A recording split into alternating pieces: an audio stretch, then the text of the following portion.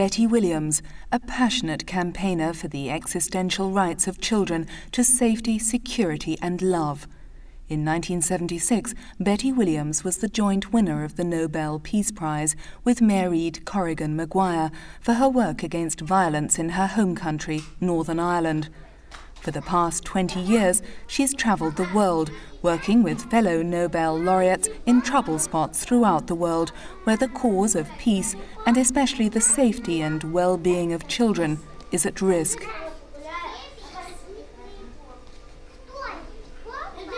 Бежали северных мечей.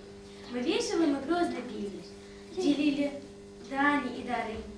Her World Centres of Compassion for Children cooperate all over the world with local organisations to guarantee at least the basic needs, such as food, shelter and a degree of safety. The interview took place in an orphanage in the town of Tver, Russia. Compared to orphanages in the civil, war-torn regions such as Chechnya or Azerbaijan, this orphanage had a relatively high standard. It has heating and the children have toys.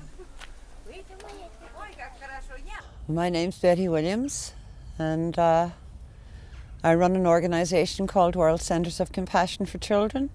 And right now we're in a town outside Moscow working with children.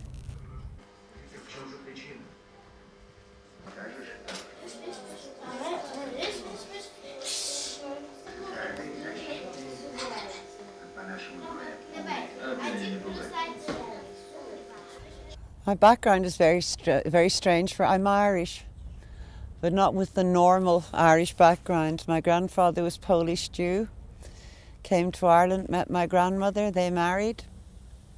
My father was the offspring of that marriage. My grandmother was Protestant, my grandfather was Jewish, and my mother was Catholic.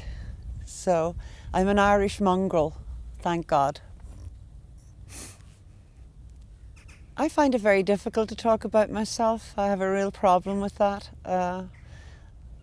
I think it's very egotistical to discuss oneself, you know. So the answer is very short. I work for children.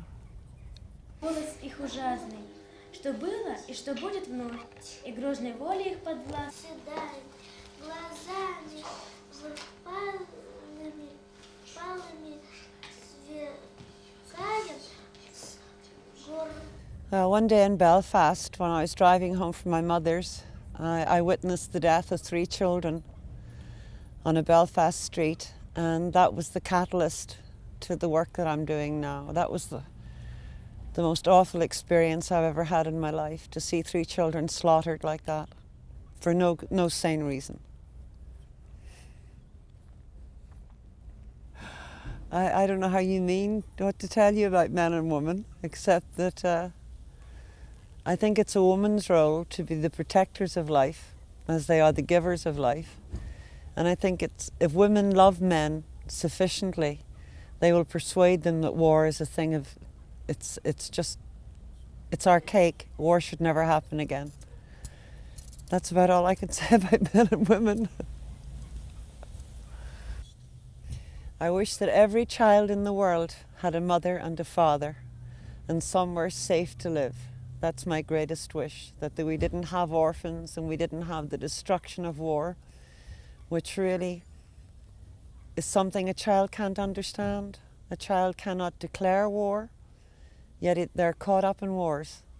My greatest wish is for every child to be safe.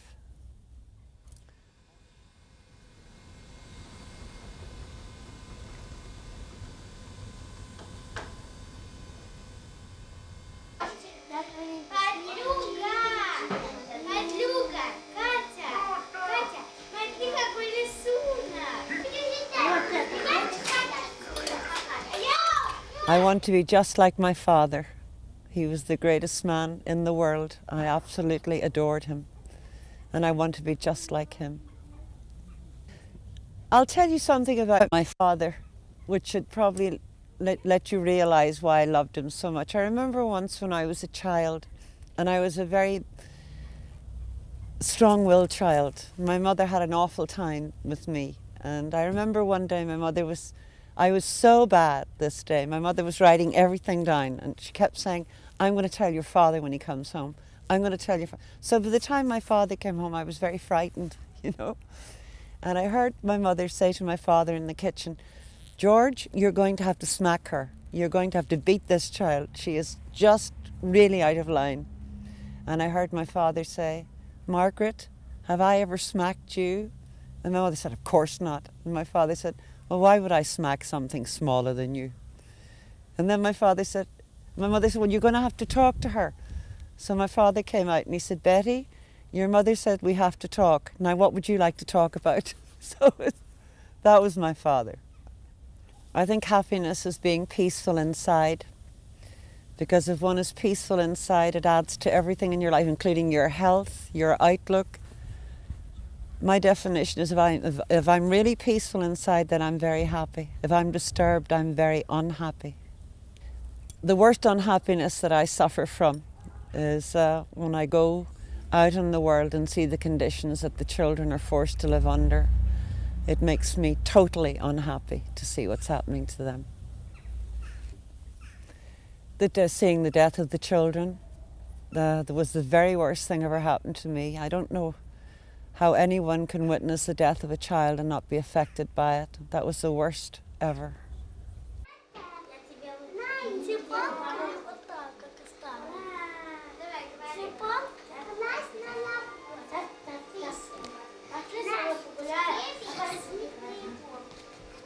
I think the worst thing I ever did was not beginning the peace movement sooner than I did. I think I waited too long and witnessed too many people die before I said anything.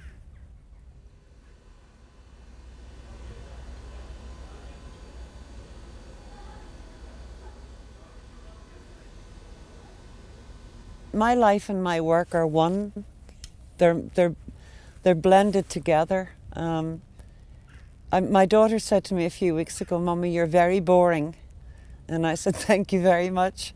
And she said, because you talk about nothing, only your work. But my life is my work, so that's my definition. Art adds everything to my life. If I can't play my classical music or look at my art books, I think I'd go crazy. Art and peace should go together. How can one live without love? I don't know. I've never lived without love, so I suppose that means everything to me as well.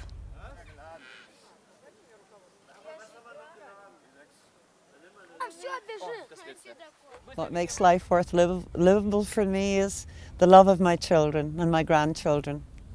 If I didn't have that, I couldn't work as well as I do. What makes life unlivable is the suffering of children. I find that grotesque.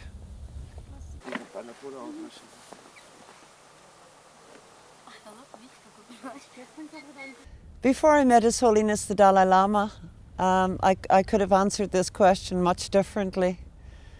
Everything is interdependent, every single thing, and I never used to see it like that. I mean, the simple flower is a life form. Everything that is a life form is important to me now. That wasn't always the case, but I learned from that wonderful man, His Holiness the Dalai Lama, that everything has a reason for being.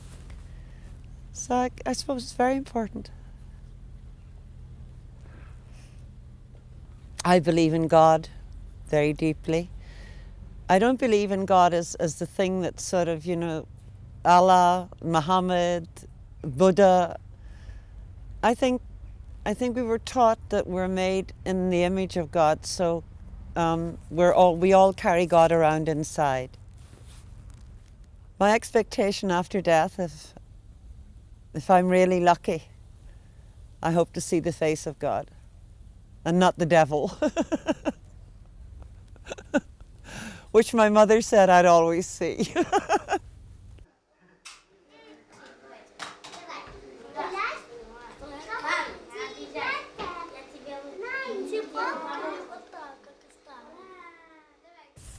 I read from Goethe's Faust Christian. I had care of her. She loved me very much. When she was born, my father had already died. We gave my mother up for lost.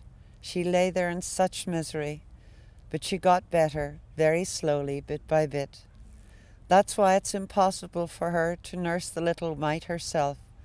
And so, all by myself, I raised her on milk and water. She became my child that way. Held in my arms and lying on my lap, she smiled and kicked and began to grow.